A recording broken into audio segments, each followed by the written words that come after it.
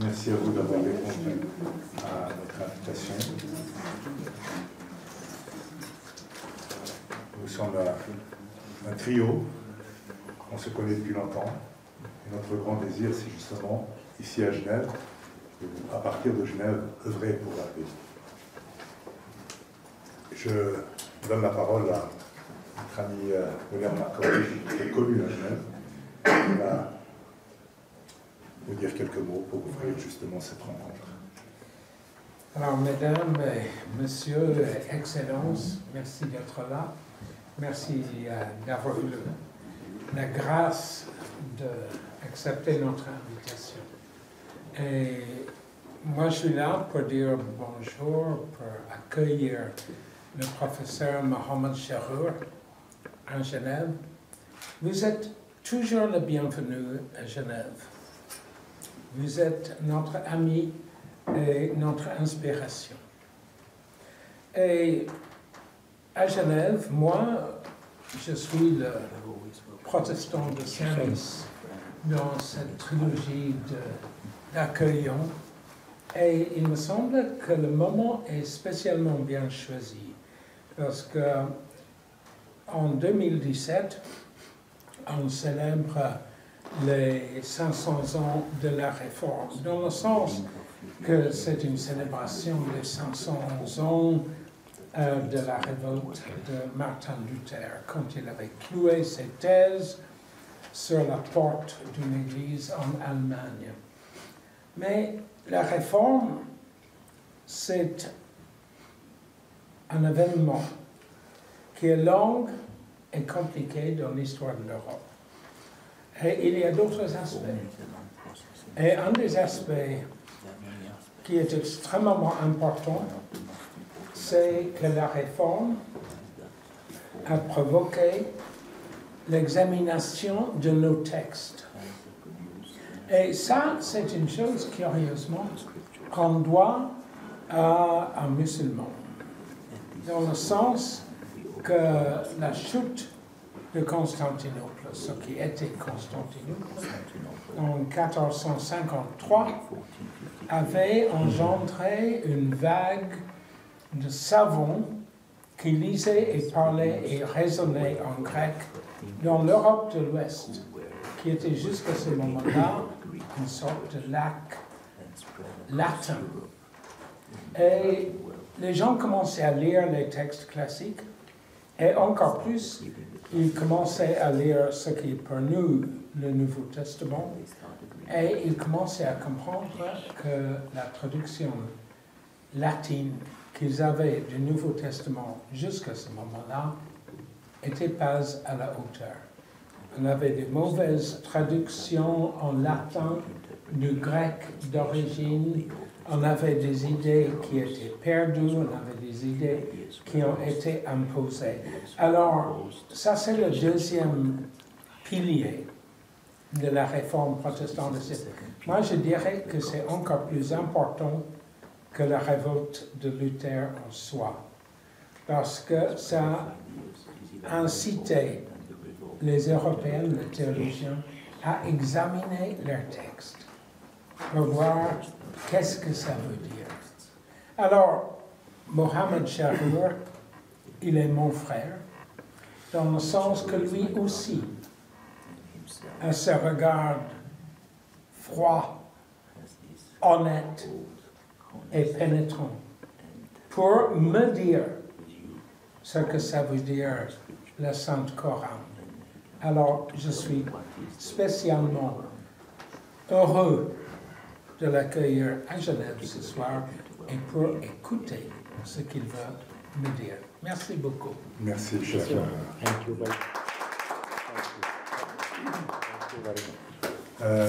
La parole à notre ami Reine Sabeb qui, lui, va vous expliquer, au fond, quelle est la philosophie de ce que nous souhaitons développer ici à Genève, en dialogue ouvert avec tout un chacun, qu'il soit dans la religion ou hors de la religion, en tout cas en relation avec sa conviction intime. Comme le dit Rafik, c'est un début. Et j'ai déjà pu, en discussion particulière, partager pourquoi l'invitation est partie d'un site qui s'appelle Uniting Values. Nous avons fait la connaissance du Dr Charoub il y a plusieurs années par les textes, mais nous nous sommes vus en réel l'année passée, lors d'une conférence internationale sous le patronage de l'UNESCO à Sofia, où nous avons rassemblé des penseurs de différentes religions, de différentes cultures. Il y avait 16 penseurs autour de la table, des responsables spirituels, des académiques, des politiques. Et autour de ces tables, ils se sont retrouvés et ont dit « mais qu'est-ce qui nous unit ici ?» Certes des textes sacrés, certes des textes qui partagent des valeurs communes, et c'est ces textes-là, dans les Balkans, animés par cette vague de migration il y a plus d'1 an, c'est ces textes-là qui nous donnent la force de résister à des mouvements extrémistes, à une violence, à une radicalisation et aux tendances de fondamentalisme. Et pourquoi ne pas poursuivre ce mouvement que nous commencions à Sofia à ce moment-là, avec l'aide d'un organe des Nations Unies, l'UNESCO, avec des sympathisants d'ONG, d'universités aussi, qui ont dit « tendons la main à ces penseurs libéraux », Genève étant le terreau de penseurs libéraux depuis en tout cas 500 ans. Nous nous sommes tournés à un moment donné vers l'Université de Genève et nous avons regardé dans quel aspect peuvent entrer ce type d'idées libérales. Là, nous avons une représentation d'une vision très alternative du Coran, vous allez le voir, et en même temps très pragmatique, et qui n'est pas théologique, qui n'est pas que historique, qui n'est pas sociologique, qui n'est pas anthropologique, qui n'est pas légal, qui est tout ça.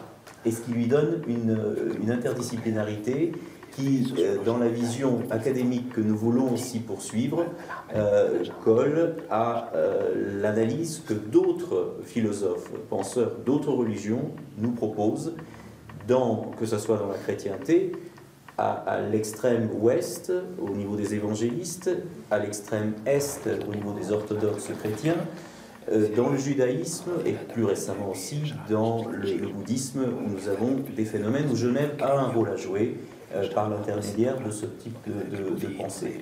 Donc voilà l'objectif. Mohamed Charour est l'une des voies libérales de l'islam ici. Ce ne sera pas la seule en 2018. D'autres voies suivront, représentant d'autres religions ou d'autres philosophies. Voilà l'objectif de cette soirée. C'est un premier pas, peut-être courageux de notre part, courageux de la part du Dr Charour et courageux aussi de votre part de nous avoir suivis dans cette discussion, qui doit être une discussion. Merci. Merci, Vance. Quant à moi, je voudrais juste dire au Dr Charour combien il m'a aidé à transformer mes acquis au niveau de ma spiritualité, de ma religion, lorsque j'ai entendu parler, comme cela, en direct, que j'ai posé mes questions et qu'il m'a répondu de manière profondément intelligente et très humaine. Alors je veux juste lui faire l'honneur de ces quelques paroles. Alors je réitère le fait que je vous remercie d'être avec nous et merci d'avoir accepté d'être avec nous ce soir pour écouter le message que veut nous transmettre Dr Mohamed Charour, connu dans le monde musulman et ailleurs pour sa lecture clairvoyante, lucide et critique du Coran. En effet, il est temps que celles et ceux qui réfléchissent soient solidaires et ne fléchissent pas face à l'assaut de l'ignorance sacrée qui nous terrorise pour nous déshumaniser. Musulmans, je veux devant vous dénoncer tous ces islamismes, ces fanatismes et ces terrorismes qui se disent inspirés par l'islam. Qui mieux que Dr Mohamed Charour pour démontrer que le Coran est innocent de tout cela lorsqu'on en fait la bonne lecture et qu'on en a la bonne interprétation. Merci pour votre attention.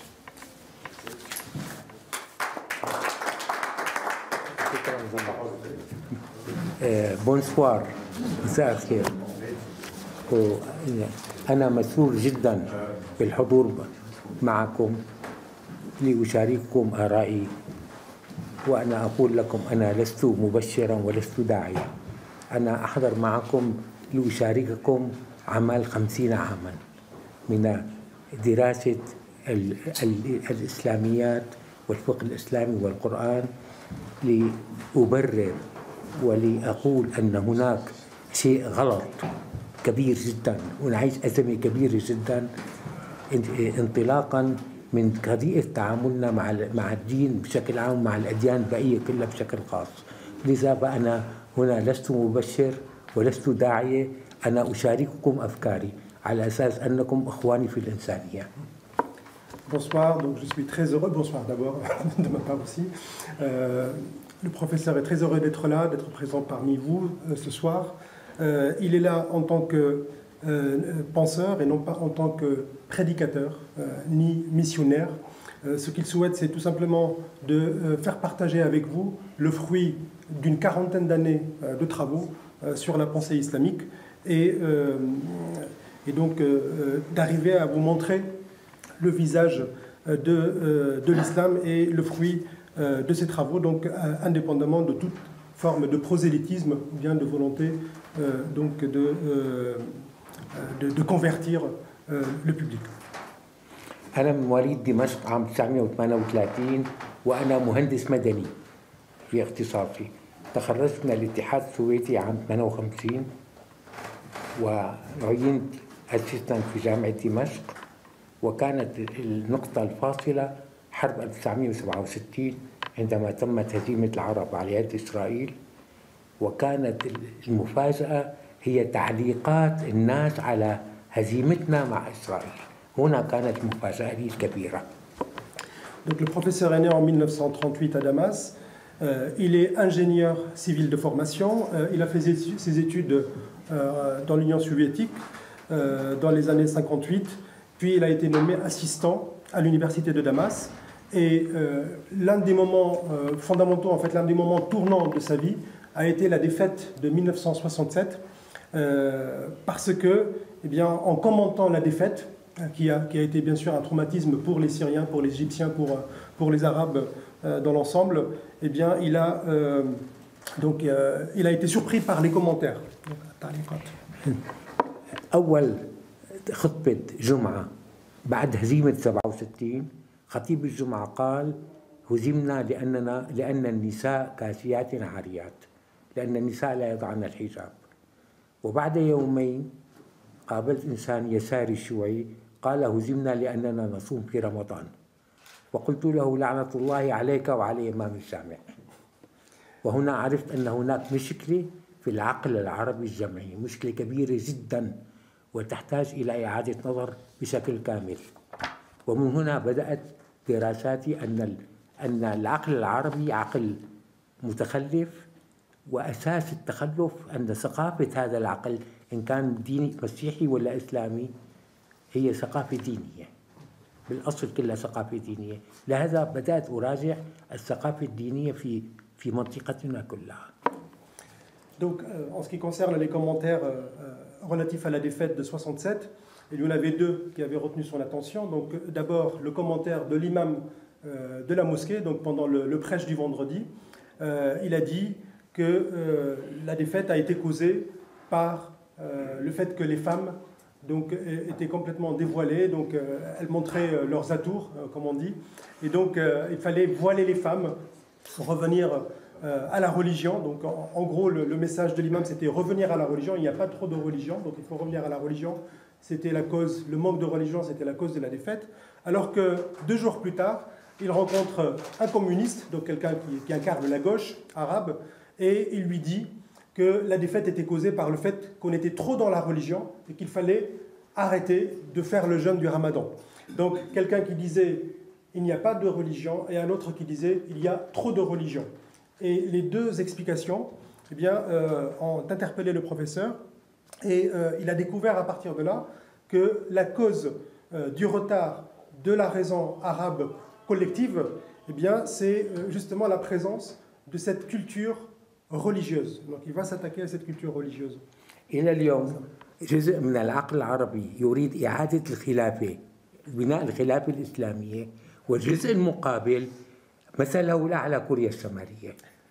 Jusqu'à nos jours, نحن بالطرفين. donc nous sommes dans deux extrêmes. Il y a une partie qui souhaite remettre sur pied le califat, puis l'autre partie dans le modèle, l'idéal, est la Corée du Nord. Et c'est ça notre problème. This is our problem. Two. كيف قدم لنا الإسلام؟ هذا هو سؤال. كيف الآن أنا أعطيكم نتائج 50 عام من الدراسة. هذا الآن أعطيكم هذه النتائج. للأسف هذه النتائج أخذت 10 كتب و50 عام من الدراسة. Donc il va vous dire comment on nous a présenté l'islam. Et ce qu'il va vous dire, c'est le résultat d'un demi-siècle donc de travail sur les textes à travers une dizaine de livres.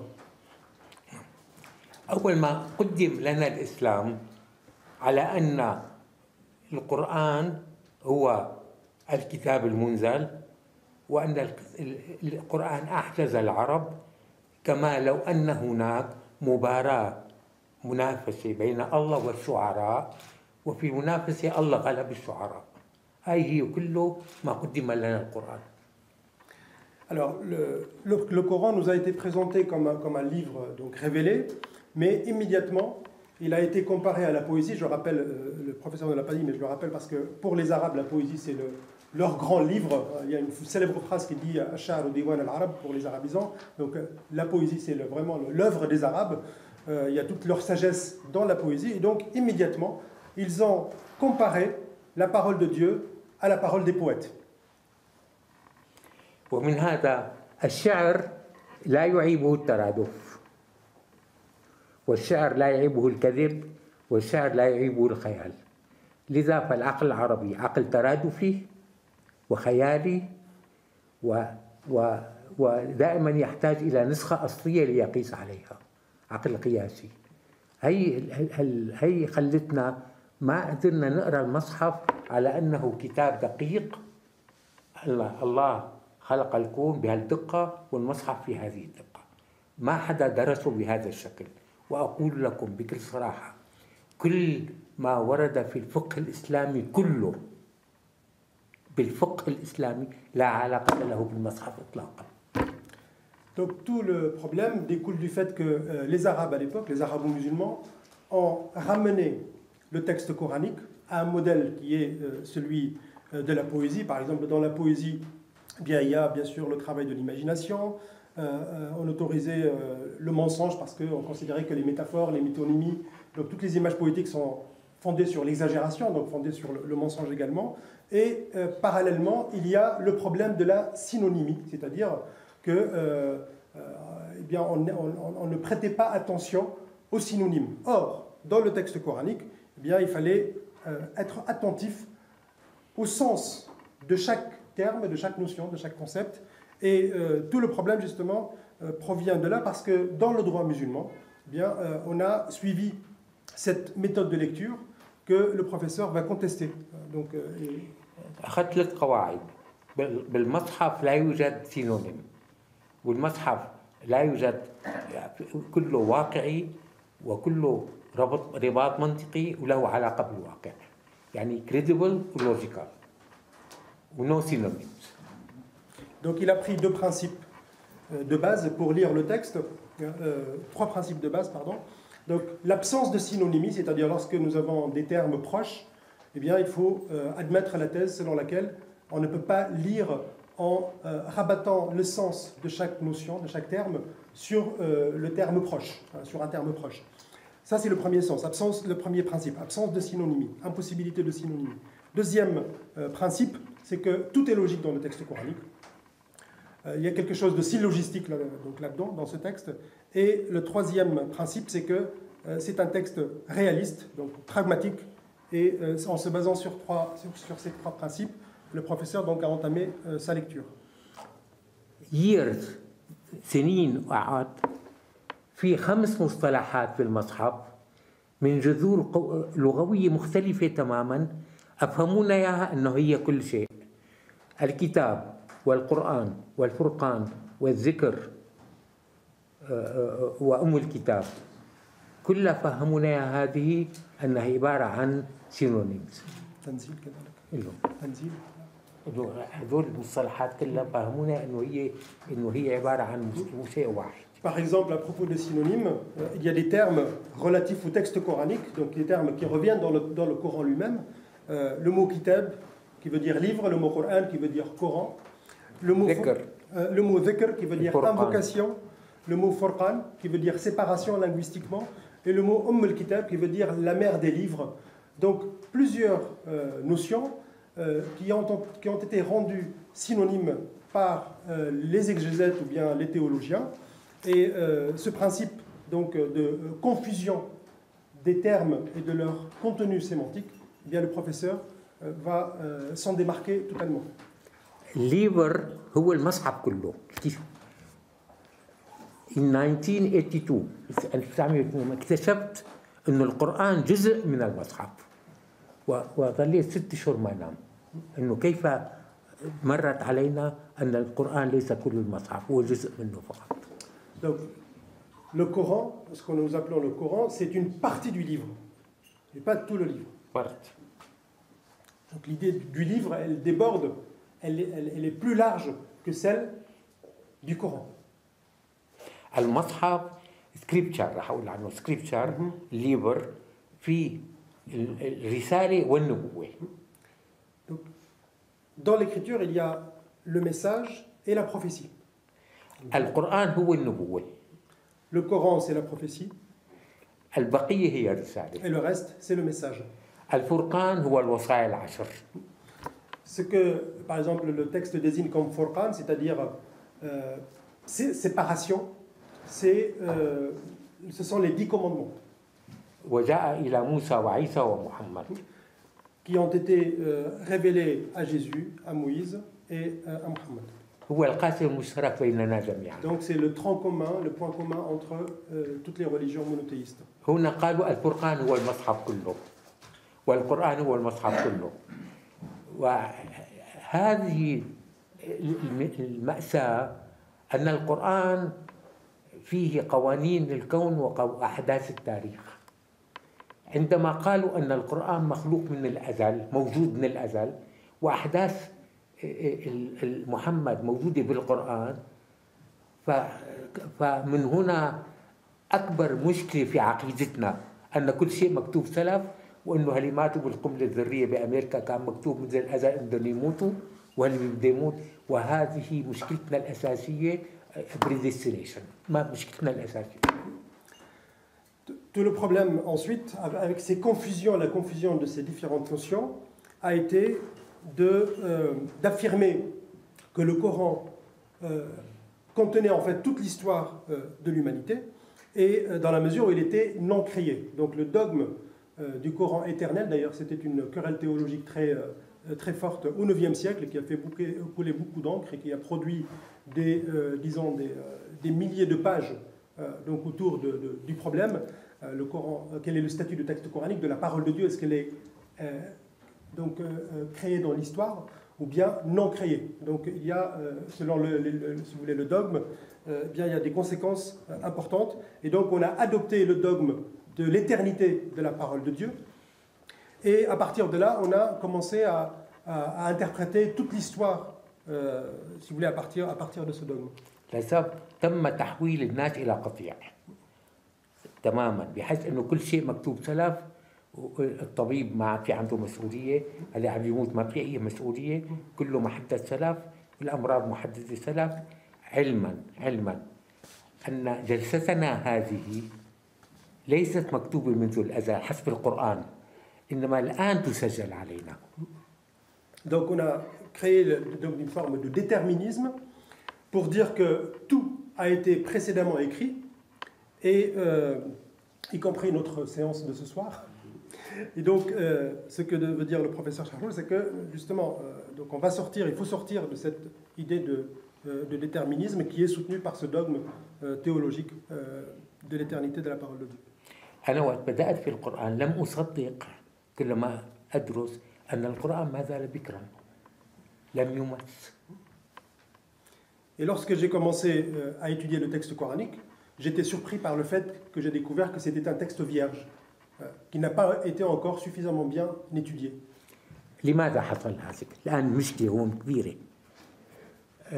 محمد بن عبد الله ولد سنة 570 ميلادي، وهناك شخص في العصر العباسي اسمه محمد بن إدريس الشافعي ولد عام 770 ميلادي، بعده ب 200 سنة. في عز الدولة العباسية كانت تملك هذه الدولة من الصين إلى إلى الأندلس، وكانت أقوى دولة في العالم.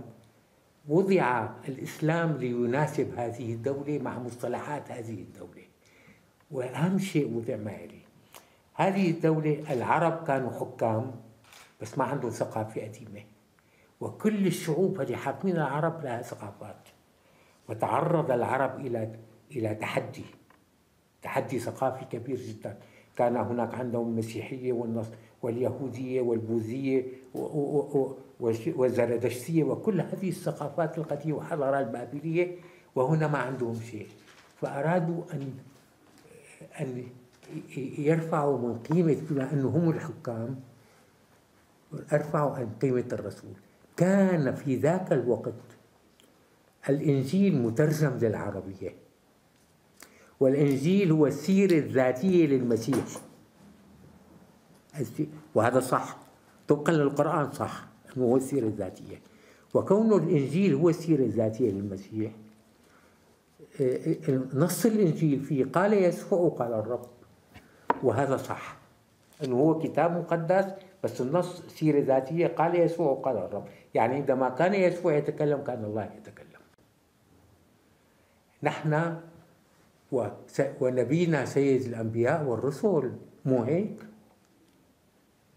إذن قال رسول الله وحي ثاني مثل الإنجيل، وأول من قال هذا الشافعي.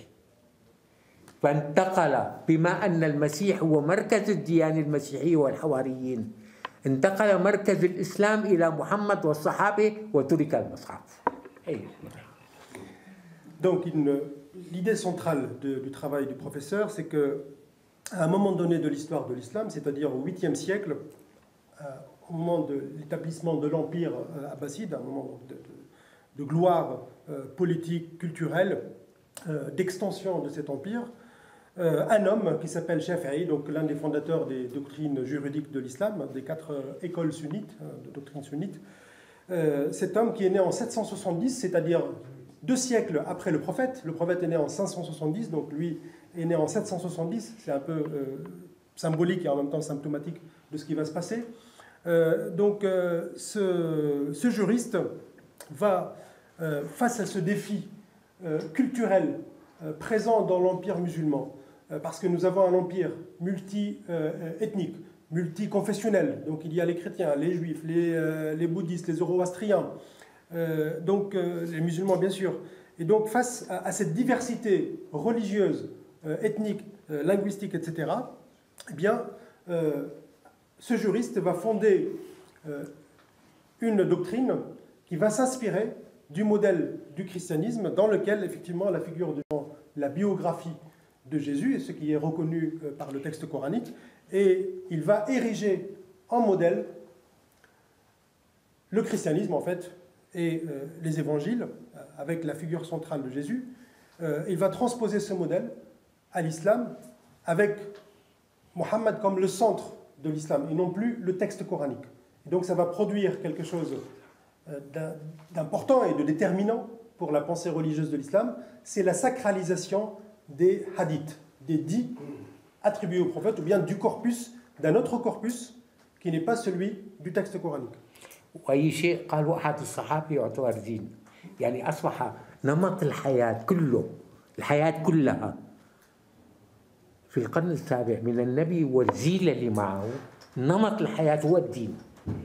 اهتموا شو لبس النبي، شو أكل النبي، شو دخل النبي، وشو سوى مع مرته النبي وكذا، وشو أبو بكر شو قال وعمر شو قال. نمط الحياة كله صار دين، والتقوى خفنا عند ذلك إلى اليوم. toute la vie, وإذا لم نعي ذلك سيقضى علينا. toute la vie à partir de là a été pensée selon les canons normatifs de la première génération des fondateurs de l'islam, c'est-à-dire le prophète et ses compagnons. Et on a commencé à s'intéresser à la manière dont le prophète se comportait avec ses épouses, à la manière de s'habiller, à sa manière de s'habiller. Donc, si vous voulez, tous ces aspects, disons, biographiques ou anecdotiques sont devenus le centre de la religion et nous en souffrons jusqu'à nos jours. بعد هذا التأكيد ظهر الفقه الإسلامي هي ما يلي: الكتاب، السنة، الإجماع، القياس. الإجماع هو إجماع الصحابة، اعتبروا المسيح إذا 12 حواريين، صحابة النبي بيطلعوا بالمئات كمان، كل قول بينتهي لصحابي صار دين. فانفلس هذا الدين، ظهرت المذاهب وظهر. وبعد ما قال الشافعي انه وحي ثاني ظهر علم الحديث، كل المحدثين ظهروا بعد الشافعي، البخاري ومسلم والدارقطني كله بعد الشافعي. وهنا ظهر التعريف بقى. والمعتزلة أرادوا أن يثبتوا حرية الإنسان فاهتمهم بالردة وإلى آخره، واضطهدوه اضطهاد كامل تمام، وكل شيء مكتوب سلام.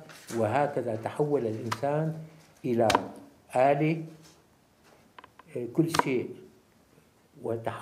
وتحول العقل الاجتماعي إلى عقل ديني. والآن سأشرح ما هو العقل الديني. Donc à partir de là, on a déduit les principes de la religion musulmane qui sont hiérarchisés en fonction de 4 points. D'abord le texte coranique, ensuite la tradition prophétique, la sunna, qui contient ces corpus dont le professeur a parlé. Troisième principe, le consensus. Et le quatrième, l'analogie juridique. Alors, ce qui est à remarquer par rapport à ce dispositif normatif qui va s'installer à partir du 8e siècle, c'est que l'édit du prophète, l'avis des compagnons, le consensus, c'est-à-dire l'accord des compagnons, l'accord des fondateurs de l'islam, tout cela va se transformer en une deuxième révélation et va dominer. Et il va produire donc une culture religieuse qui est fondée justement sur une raison qui fonctionne de manière particulière. Donc on peut appeler, certains comme Marcoun l'ont appelé la raison islamique. Donc c'est à peu près ce que vise le professeur. بعد هذا حصلت أكبر خدعة وقع فيها المؤمنون كلهم. أكبر خدعة هي خدعة بني الإسلام على 5. Ensuite, donc les musulmans ont été la victime de la plus grande tromperie, à savoir que l'islam est fondé sur 5 piliers. هنا عزلنا حالنا، عزلنا عن الناس كلها، وقلنا انه الاسلام هو اتباع الرساله المحمديه حصرا، وربط الاسلام بمحمد، وكل ما لا يؤمن بمحمد ولا يؤمن باركان الايمان اللي هي اركان الاسلام هو في جهنم وهو كافر. وبذا عزلنا انفسنا عن العالم كله واصبحنا احاديين 100%. واصبحت الشعائر هي التي تميز الرساله المحمديه هي اركان الاسلام. وهنا اعتبرنا كل ما عداها كافر، علما القران ليس كذلك. ما هو الاسلام في القران؟ À partir de là, le terme islam a été hypothéqué par donc les juristes et les théologiens, et il a commencé à désigner l'islam historique. Alors que le terme islam, comme va l'expliquer le professeur, et d'ailleurs il le répète dans tous ses livres, donc a un sens complètement différent dans le texte coranique lui-même. Donc d'où l'importance de distinguer la signification qui est présente dans le texte lui-même et la manière dont il parle.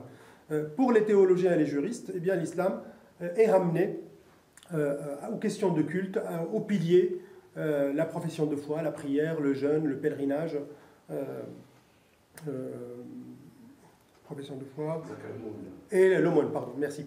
Donc voilà, c'est ça les 5 piliers. Et ce travail-là, effectivement, a été donc porteur d'un grand dommage pour la pensée religieuse, d'où la nécessité de revenir à la signification de base dans le texte lui-même. بالقرآن أتباع محمد هم المسلمون المؤمنون، يعني المؤمنون بالقرآن أتباع محمد هم محمدا، خلينا نقول يعني المحمديين، فلهم وظف خاص. المسلم هو من آمن بالإله الواحد، بس هذا المسلم. المسلم من آمن بالإله الواحد، بس هذا المسلم. Donc, il y a une distinction fondamentale, c'est que dans le texte coranique, qui sépare entre les croyants et les musulmans qui sont les, disons, les fondateurs de l'islam, les compagnons du prophète, donc le prophète et ses compagnons, les fondateurs de l'islam au 7e siècle, donc c'est une signification historiquement délimitée, alors qu'il y a un autre sens du mot muslim ou bien de islam qui déborde le contexte historique et qui renvoie à toute l'histoire ou à toute la pensée monothéiste. Tout monothéiste est musulman. كل مسلم يؤمن بالله الواحد ويتبع موسى فهو مسلم يهودي، وكل من يؤمن بالله ويتبع عيسى فهو مسلم مسيحي، وكل من يؤمن بالله ويتبع محمد فهو مسلم مؤمن أو مسلم محمدي، ومن يؤمن بالله ويتبع بوذا فهو مسلم بوذي. فالإسلام واحد وفيه ملل مختلفة. Donc, d'après cette lecture, une personne qui croit en Dieu mais qui suit la voie de Moïse est un musulman, donc suivant Moïse. Celui qui croit en Dieu mais qui suit la religion de Jésus, et donc il est musulman mais en suivant donc Jésus. Même chose pour Mohammed, même chose pour les bouddhistes. Donc il y a une signification de l'islam qui déborde, si vous voulez, le sens exclusivement historique. Alors juste والوصايا العشر هي الشيء المشترك بين المسلمين كلهم. Et les 10 commandements sont les points communs, les points partagés par tous les monothéistes. Donc là, c'est le canevas global. القيم الإنسانية هي القاسم المشترك. المسلم من آمن بالله واليوم الآخر وعمل صالحا.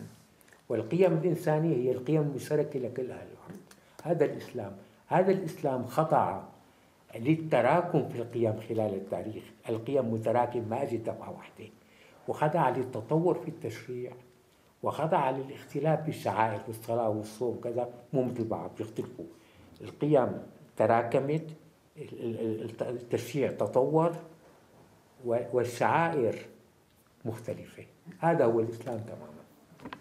Donc ces religions monothéistes en fait ont en commun les valeurs humaines, donc l'adhésion aux mêmes valeurs humaines. Seulement dans l'histoire, bien sûr, elles se sont séparées du fait des législations qui étaient très différentes et du fait des cultes, des rites, etc., qui étaient aussi très différents, qui ont connu disons des chemins, qui ont suivi des chemins divers et variés. هنا يجب أن أؤكد عندما وضعوا بني الإسلام على 5 ووضعوا الشعائر، أصبح المجتمع متدين. المجتمع المتدين، التدين الجماعي يخلق مجتمع منافق، لأنه يقيم الناس على الصلاة وعلى الصوم وعلى الحج، ويقيم المرأة على الحجاب، ولذا هذا مجتمع ظاهر منافق تماما، يهمه المظاهر فقط. وهذا علما أن التدين هو صفة فردية. الحاكم المستبد وجه الناس نحو التدين، أنهم إذا أرادوا أن شيء فليدعوا الله. والدعاء الجماعي في القرآن غير موجود، الدعاء فردي، والتدين فردي مو جماعي. الدعاء الجماعي موجود، الموجود الجماعي في المجتمع، انه انت عوض ما تدعي الله انه الله يعافي كل المرضى، طلع في مظاهره وقول حسنوا الخدمات الصحيه، هي بيطلع منها شيء. فهون حولوا لمجتمع متدين، صار كل شيء بده اياه يطلب الله، يعني كل شيء بده اياه يطلبه من الله، الحاكم ما له علاقه. هي الشغله تماما المجتمع المتدين، وهو مجتمع منافق تماما. والمجتمع المتدين انتبهوا، تعبير السياسي عن المجتمع المتدين هي الحركات الإسلامية. المجتمع المتدين بالضرورة له تعبير سياسي، بالضرورة.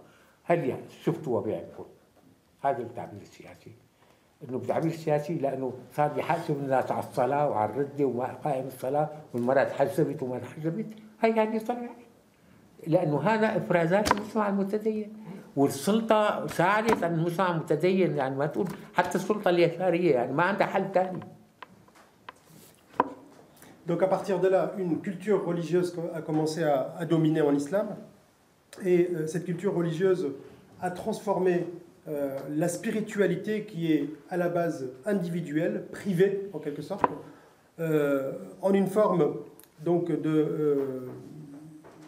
disons de culte extérieur. Donc on a commencé à insister sur les rites, sur les apparences extérieures, par exemple le voile pour la femme, la prière collective, alors qu'on peut prier individuellement de manière privée.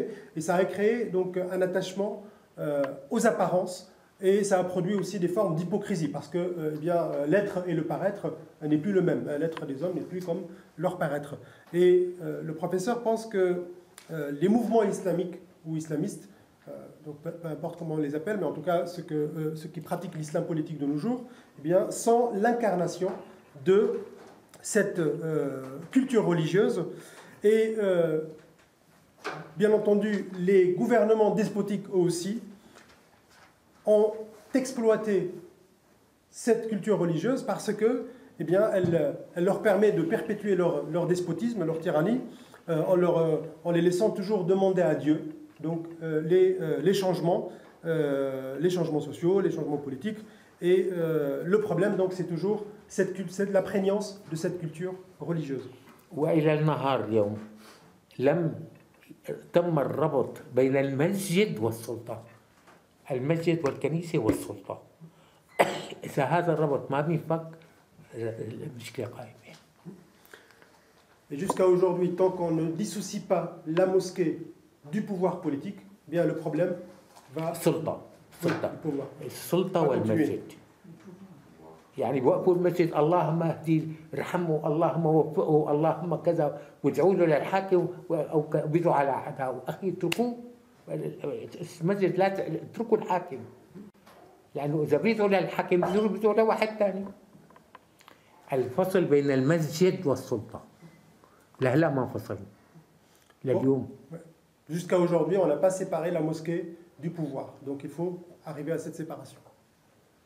الآن شو هو لا يقول بصراحة بالقرآن والرسالة ذكر صريح الله لا يساعد الجماعات، الله يساعد الأفراد فقط. Dans le texte coranique, il est clairement dit que Dieu n'aide pas les groupes, il aide les individus. Donc il y a une individualisation de la foi, de la spiritualité, qui est complètement abandonnée dans cette culture religieuse au profit donc d'un comportement de groupe, et donc qui a produit les mouvements islamistes, etc. الجماعة تساعد أنفسها، ولا سبب الصلاة فردية. الإنسان يصلي لله لوحده ويطلب مساعدة رب لوحده، لا سبب الله يساعد الأفراد. Donc il y a le principe de la responsabilité individuelle en islam qui produit justement cette idée de privatisation de la foi, et Dieu, il est clairement dit dans le texte qu'il n'aide que les individus, donc il n'aide pas les groupes. Si on veut former donc une communauté politique ou sociale, donc si on veut parler de l'État, si vous voulez, dans ce cas-là, il faudrait qu'il soit séparé de la religion. ولكن الله وضع قانون للجماعات فيه عقوبات دنيوية وفيه مكافأة دنيوية. وضع قانون تاريخ للجماعات فيه عقوبات دنيوية مو بالآخرة بالدنيا، وفيه ثواب ومكافأة دنيوية. الله واحد، هذا معنات لا إله إلا الله، فهموها بقى. الله واحد، وكل شيء ما عدا الله متعدد. كل شيء ما عدا الله متعدد. الأكوان والشموس والقمر واللغات والألوان التعددية هي شكل الوجود. فأي أحادية الواحد بيخلقها بده يتعاقب بالدنيا. أي نظام أحادي الجزء بده يتعاقب، ما هون عقوبة. وأي نظام تعددي بده له ثواب بالدنيا، بيعيش اثنين، الله واحد وغيره متعدد. اثنين الله ثابت وغيره متغير. تنتين الله واحد وغيره متعدد، والله ثابت وغيره متغير. هلا اللي بيؤمن بهدول الثنتين له ثواب في الدنيا وعيش حياة رفيعة بالدنيا لجماعات مو أفراد. وإذا ما بيؤمن بهدول الاثنين عذاب شديد. لا سبحة قانون التاريخ يكفي محمد بن عبد الله، يكفيه هذه 3 آيات أنه نبي. حق قانون التاريخ قلنا عليه السلام: وإن من قرية إلا ونحن مهلكوها قبل يوم القيامة أو معذبوها عذابا شديدا كان ذلك في الكتاب مسطورا. عم يقول لك أي نظام أحادي، يعني شو القرية؟ هي النظام الأحادي. بيقول لك قرية سياحية يعني بس سياحة. القرية هي النظام الأحادي ابتداء من المهنة، والمدينة هي التعددية. لا ساب الله بمصحف على طول بيمدح المدن ويذم القرى. وضحين؟ والنبي ترك مكة لأن أم القرى لأنه أحادية ما بتصلح، وبده يصير سماها المدينة التعددية. إذا المجتمع التعددي من المهن إلى تعدد الملل، تعدد الأفكار، تعدد السلطات، هذا المجتمع قابل للحياة ولا يعذب. المجتمع الأحادي نحن العذاب هلا نحن بالدنيا عم نتعذب فيه لأنه نحن مجتمعات أحادية. Je résume parce que c'est une idée fondamentale. Il y a une distinction entre, dans le monothéisme apporté par le texte coranique, ou bien exprimé par le texte coranique, entre le principe de l'unicité de Dieu, c'est vraiment fortement affirmé comme principe, dans la lignée d'ailleurs monothéiste, donc c'est vraiment l'attribut exclusif de Dieu, alors que tout le reste doit être pluriel, parce qu'il est décrit, il est décliné comme une série de pluralités. Pluralité des cieux et de la terre, pluralité des terres, pluralité des astres, des étoiles, des hommes, des cultures, des ethnies, etc., etc., des langues. Bon, donc, qu'est-ce qu'en dit le professeur? Le pluralisme est un fondement de toutes les sociétés humaines. Seul Dieu a donc cet attribut exclusif de l'unicité. Et donc toute société qui tombe dans la pensée unique ou bien dans l'unidimensionnalité, eh bien, est une société qui contredit un principe fondamental de l'islam. Et donc elle devient tyrannique par la force des choses. C'est pour cela que le prophète, justement, quand il a découvert qu'à la Mecque, il n'y avait pas de place pour sa prédication, eh bien, il l'a quitté pour aller fonder une Médine. Médine veut dire la cité, et la cité, elle était plurielle. Il y avait la constitution de Médine, par exemple la charte plutôt de Médine, dans laquelle il y avait des juifs, et donc en fait toutes les composantes de la société médinoise. يعني سويسرا تعددية، تعدد اللغات، تعدد القيادات، تعدد السلطات، تعدد الآراء، تعدد الملل، مسيحي، مؤمن، مسلم، ملحد، ومتطورة. تنتين متعدد ومتطور.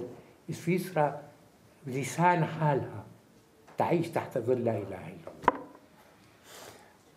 لسان حالها والمفترض تقول لسان حالها إنه الله بكافئه ولو ما قالت لا إله إلا الله. هي إلا الله. Donc la Suisse, justement, parce qu'elle satisfait à ce principe du pluralisme des langues, pluralisme confessionnel, pluralisme, diversité culturelle, eh bien, elle est la traduction donc de ce principe monothéiste, et donc c'est elle qui prononce la profession de foi de l'islam, en quelque sorte. You live under that no one but God, no constant but God. That means you are plural and you are developed. That means you recognize your existence shows that there is only one God. Donc votre existence unit is God only. montre qu'il y a un Dieu unique, justement. كل مجتمع أحادي عذابه في الدنيا وليس في الآخرة. Et les sociétés qui sont fondées sur la logique de l'un, eh bien, auront leur châtiment dans l'ici-bas et non pas dans l'au-delà. الاتحاد السوفيتي هلك لأنه مجتمع أحادي.